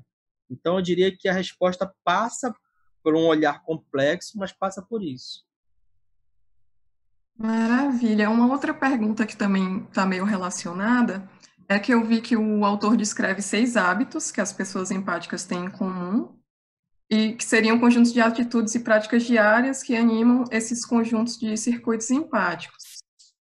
E, ao mesmo tempo, ele fala que tem um estudo da Universidade de Michigan que mostra que os níveis de empatia nos jovens americanos têm diminuído de 1980 para cá. Seria pelo fato de as pessoas morarem sozinhas, passarem menos tempo envolvidas em atividades sociais. Então, eu fiquei pensando, diante da pandemia, com o isolamento, a tendência é que a empatia diminua mais ainda. E em relação especificamente ao hábito 6, que ele fala que é inspirar uma revolução. Como seria inspirar uma revolução diante dessa cultura do cancelamento, dos haters? Obrigado, Lorena. Eu tenho muita esperança, sabe? Eu não sei se eu não tenho um olhar poliana para o mundo, não, de achar que tudo tá, né, maravilha, não tenho. Mas eu convivo em alguns meios em que eu vejo a transformação acontecendo, né? Eu não estou falando de teoria. Eu vou dar um exemplo aqui, que foi criado agora em Belém, uma rede chamada Mais Diversidade, criada por uma grande amiga, Eliane Moreira. E a proposta da Eliane, ela reuniu vários profissionais, e aí tem do Ministério Público, do Judiciário, da Advocacia, e por aí vai. Muitos professores, que a ideia dessa rede é da gente emprestar um pouco do que a gente tem, né, de conhecimento, de expertise, experiência de vida, para ajudar uma população mais excluída. São os negros, as mulheres, LGBTs, os índios, quilombolas, para que eles possam ter uma estrutura de apoio para estudo, para que eles possam acessar o sistema de justiça, porque a gente sabe que o sistema de justiça, quando você vai pegar uma foto dos aprovados nos concursos do sistema de justiça, geralmente essa foto são de brancos, né, da classe média, e geralmente muitos homens. E a lógica da Rede Mais Diversidade é a gente criar um ambiente colaborativo, voluntário, para que a gente viabilize melhores condições de disputa para esses candidatos, para que eles possam ter mais chances de acessar os concursos, os lugares de poder através do sistema de justiça. O que é empatia? É empatia. Eu poderia citar aqui uma quantidade imensa de projetos que estão acontecendo no mundo. Então, para além da cultura do cancelamento, dos haters, de todo o ódio que tem, é fato que tem também muita coisa boa acontecendo. Muita coisa boa. Os meus treinamentos, graças a Deus, sempre dão lotados, as pessoas muito interessadas, saem muito empolgadas, e para cada uma sementinha que sai dali, eu tenho certeza que aí passa aquilo que você falou, da revolução, de fazer pequenas revoluções, e a gente tem que abandonar essa crença de que as revoluções precisam ser grandes. As revoluções, elas acontecem em nossa família, no nosso dia a dia, nas nossas relações, né? É como Mahatma Gandhi falava, né? Você tem que expressar a mudança que você quer ver no mundo. É você que tem que expressar. E quando você expressa isso, você revoluciona, né? Pequenos universos, eles se revolucionam. Então, eu diria que a gente tem ambientes hostis que estimulam ódio, estimulam. Mas esse, eu volto a dizer, e aí eu falo com convicção, uma convicção muito pessoal minha, né? Não estou aqui tentando persuadir ninguém para adotar a minha convicção, mas é uma convicção que este modelo é insustentável, é absolutamente sustentável. Então, todo esse mal que está vindo para fora, tudo isso o fermento dessas coisas ruins, ele está viabilizando um processo de mudança profundo que já está acontecendo. E que se alguém não está percebendo esse processo de mudança, é porque você está olhando para o lugar errado. Se você procurar um pouquinho mais, você vai se conectar com um monte de gente que está fazendo um monte de coisa bacana e que está modificando o mundo agora, não é daqui a pouco. Está num processo de mudança das suas relações, das suas organizações. O que é o Tributos a Ela? Não é uma proposta maravilhosa de mudança? Que espaço institucional esse que a PGFN está cedendo para a gente? Está cedendo para o projeto. Olha, eu já estou me colocando no projeto. É fantástico. Talvez fosse impensável se fazer isso há 10 anos atrás, na verdade. Então, quando a gente tem um projeto como esse, que a instituição abre esse espaço, a gente já tem uma prova cabal de que transformações profundas estão acontecendo. E o nosso papel é que a gente aprofunde mais, que a gente se engaje mais, que a gente mobilize mais. Quanto mais gente participar disso, mais rápido vai ser o processo de transformação positiva do mundo. Isso não é uma visão polianesca do mundo, é uma visão absolutamente pragmática, porque eu acredito, porque eu vejo e vivencio entre um monte de pessoas que estão transformando positivamente as instituições e o mundo. Maravilha. Tenho agora uma última pergunta de Fernanda Santiago, que esteve conosco semana passada. Ela fala: excelente a palestra do Dr. Denis. Pergunto: o palestrante tem conhecimento que relacione o funcionamento dos algoritmos ao fortalecimento dos vieses e à falta de empatia? Será que caminhamos para uma sociedade mais empática ou mais extremista? Um abraço, Fernanda. Obrigado pela pergunta. Tenho sim. E recomendo um livro do Daniel Kahneman, chamado Rápido e Devagar, que ele trata exatamente dos vieses e das heurísticas. É um livro que, inclusive, eu uso muito nos meus treinamentos. Sim, os algoritmos eles têm uma configuração que eles formam verdadeiras bolhas cognitivas, né? Então, você tem há uma tendência dele aparecer na tua tela aqueles que estão mais compatíveis com o que você acredita, a partir das tuas próprias pesquisas, né? Das páginas que você acessa, daquilo que você tenta acessar como conteúdo. Então, ele vai te direcionar para essas bolhas que são mais compatíveis com o que você acredita. Isso significa que ele reforça alguns vieses, né? Como o viés de confirmação. O que é o viés de confirmação? O viés de confirmação é quando você passa apenas a ouvir, nesse caso não é nem ouvir, é escutar, é ouvir mesmo, não é nem escutar, passa a ouvir apenas aquilo que confirma o que você já acredita. Então não adianta você tentar convencer o outro que está sob viés de confirmação, porque por estar no viés de confirmação, ele só vai ouvir aquilo que ele já acredita. Entre outros vieses de disponibilidade, por aí vai. Então, esse é um risco real, efetivamente, mas eu não, ele alimenta o extremismo? Sim, ele alimenta o extremismo, sem dúvida nenhuma, porque o viés de confirmação, ele faz com que você não perceba, não tenha abertura para o diferente, e aí é um esforço realmente muito grande. Por exemplo, eu tento ter nas minhas redes sociais a seguir os mais diversos espectros filosóficos, políticos, sociais, justamente para eu sempre me questionar das minhas verdades e alimentar dentro de mim uma abertura cognitiva que me permita reconhecer meus erros, que me permita rever posições, mas essa não é uma postura que muita gente adota, pelo contrário. A gente tem muita dificuldade de ouvir o outro, tem muita dificuldade de ouvir posições diferentes, até porque isso acaba gerando na gente, na medida que a gente escuta o que o outro fala, que é diferente do que a gente acredita, a gente já começa a querer argumentar, né? Ao invés de escutar. Então é um risco, sim, e a gente precisa criar estratégias para fugir dos algoritmos nesse sentido, sim. Maravilhas, foram essas as perguntas. Agora vamos fazer o fechamento com a doutora Cristina.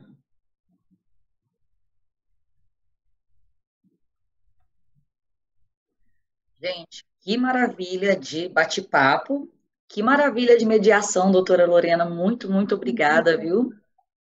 Antes de encerrar e passar para as nossas palavras finais, eu queria convidar todo mundo para mais 2 eventos que a gente vai ter aqui no PGFN Conecta, que vão ser riquíssimos. Dia 27, a gente vai ter a equipe da PG Ajude falando sobre mudanças no SAGE e na representação judicial na PGFN, 10 horas da manhã, dia 27, quinta. E no dia 28, nós vamos ter vários colegas aqui, doutor Vitor Bernardino, doutor Felipe Toledo, falando sobre reflexões sobre as propostas de reforma tributária, também às 10 horas da manhã. São temas atuais, ricos, importantes e que vai influenciar a vida de todo mundo na PGFN. Então, colegas, por favor, estejam presentes. Lembrando que esse bate-papo de hoje já estará na plataforma. O colega que não conseguiu assistir pode falar para ele entrar mais tarde ou no horário que for melhor para ele, para se organizar e acompanhar aqui essa palestra que foi maravilhosa. Doutor Denis Moreira, para variar, foi maravilhoso. Muito, muito obrigada pela sua presença, viu? Espero que volte nos nossos encontros e outras oportunidades. Doutora Lorena, muito, muito obrigada pela sua participação, viu? Obrigada. Gente,